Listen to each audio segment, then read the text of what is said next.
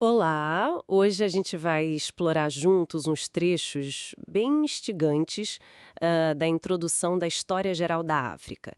Nossa missão aqui é tentar entender por que a história desse continente, que é imenso, né, precisa ser recontada. E um pouco além daquelas visões mais tradicionais que a gente costuma ver.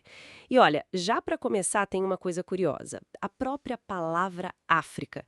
Você sabia que a origem é meio incerta? É.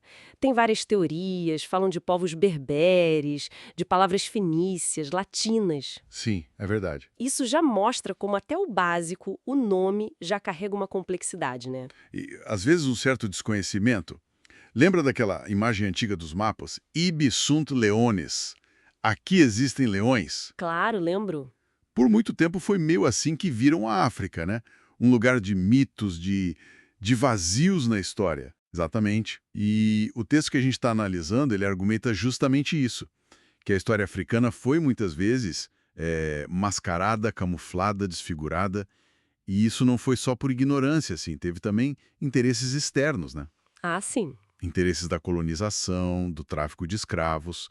Eles precisavam projetar uma imagem de barbárie, de caos, até para justificar as próprias ações, entende? Entendo. Uma justificativa. Isso. Mas a proposta do texto não é criar uma história revanche, sabe? É mais usar as ferramentas da ciência mesmo para tentar desvelar o passado com uma nova perspectiva. E essa mudança de perspectiva é crucial, né? O autor, o Joseph Kizerbo, ele até compara a ignorância do próprio passado a uma forma de alienação É uma comparação forte. muito forte. Ele diz que conhecer história é como recuperar a memória dos povos, sabe? Algo vital para a identidade. Ele chega a usar uma metáfora de, tipo, uma psicanálise coletiva para tentar curar o continente de complexos que foram impostos de fora. Sem dúvida. E para fazer essa, digamos, psicanálise, a gente precisa de métodos e fontes que sejam adequadas, né? Não dá simplesmente para pegar os modelos europeus e aplicar direto. Não funciona, né? Não. Tem que levar em conta a geografia particular da África, aquelas distâncias enormes, desertos, florestas, que tanto isolaram quanto conectaram os povos, né? E principalmente diversificar as fontes que a gente usa. Falando em fontes. As escritas existem, certo?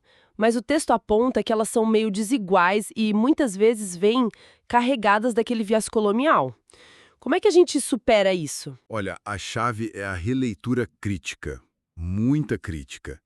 E também buscar o que ainda não foi explorado, né? Tem arquivos na própria África, Marrocos, Argélia, por exemplo, na Europa, na Ásia, e valorizar escritas que foram desenvolvidas lá mesmo, localmente, como os sistemas Vai e Bamun. São testemunhos incríveis da intelectualidade africana. Que interessante isso. E a arqueologia? Por ser material, ela talvez ofereça um contraponto mais objetivo a esses textos com viés, ou ela também tem suas armadilhas? Bom, a arqueologia traz evidências materiais muito importantes, né? Metais, cerâmicas, restos de construções. Isso nos dá provas concretas sobre técnicas, rotas comerciais, conexões antigas, como aquelas descobertas entre a Bacia do Chade e o Vale do Nilo. Sim, são provas mais diretas. E, em certo sentido, a objetividade é maior, sim, mas a interpretação do que se acha, bom, aí sempre exige cuidado. E o grande desafio hoje em dia é a preservação desses sítios arqueológicos, que estão sob ameaça constante. É urgente. Entenda a urgência. E sobre a tradição oral? O texto chama de museu vivo.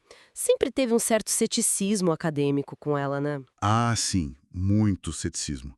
Mas aí está um dos pontos de virada que o texto defende com força. Reconhecer a tradição oral como uma fonte histórica legítima e riquíssima. Uma mudança de paradigma mesmo. Total. Ela dá acesso à visão de mundo, aos valores. Pensa na importância da honra na epopeia de Sundiata, que o texto cita, ou da reputação para aquele outro personagem, o Bacaridiane. Sim, são exemplos do texto. Exato. É uma fonte que ele chama de íntima, né? Passada de geração em geração, muitas vezes pela música, por instrumentos como o sosso ou bala, o mvete. Claro, ela depende da memória, precisa ser cruzada com outras fontes, mas o valor dela para entender a cultura, a sociedade, é inegável.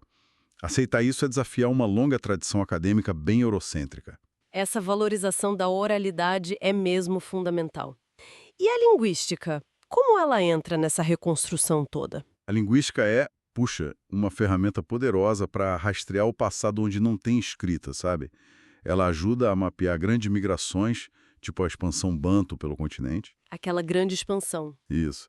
E ajuda a identificar influências culturais entre povos, como, por exemplo, a presença de termos Kanuri na formação da língua Hausa.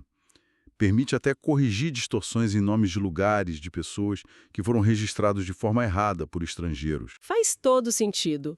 E quanto à antropologia e à etnologia? Elas têm um passado meio complicado ligado ao colonialismo. Como elas podem contribuir de forma positiva hoje? Olha, o texto é bem claro sobre isso. Precisa superar os vieses antigos dessas disciplinas. Aquele evolucionismo, sabe? A ideia de que as sociedades progridem em etapas fixas, com a Europa sempre no topo. Sim, essa hierarquia. Exato. Ou o funcionalismo, que muitas vezes só serviu para justificar a dominação colonial, descrevendo as sociedades como se fossem estáticas, né? A proposta é usar os métodos delas, sim, mas para entender as lógicas internas das sociedades africanas. As relações complexas entre organização social, comércio, poder político, como a gente vê em reinos como Gana ou Mali. Entendi. É como limpar as ferramentas antes de usar. Diante disso tudo, o texto sugere alguns princípios para guiar essa nova forma de fazer história, né? Exato. São basicamente 4 pilares, assim, essenciais. Primeiro, a interdisciplinariedade. Nenhuma fonte sozinha vai dar conta do recado. Tem que combinar tudo.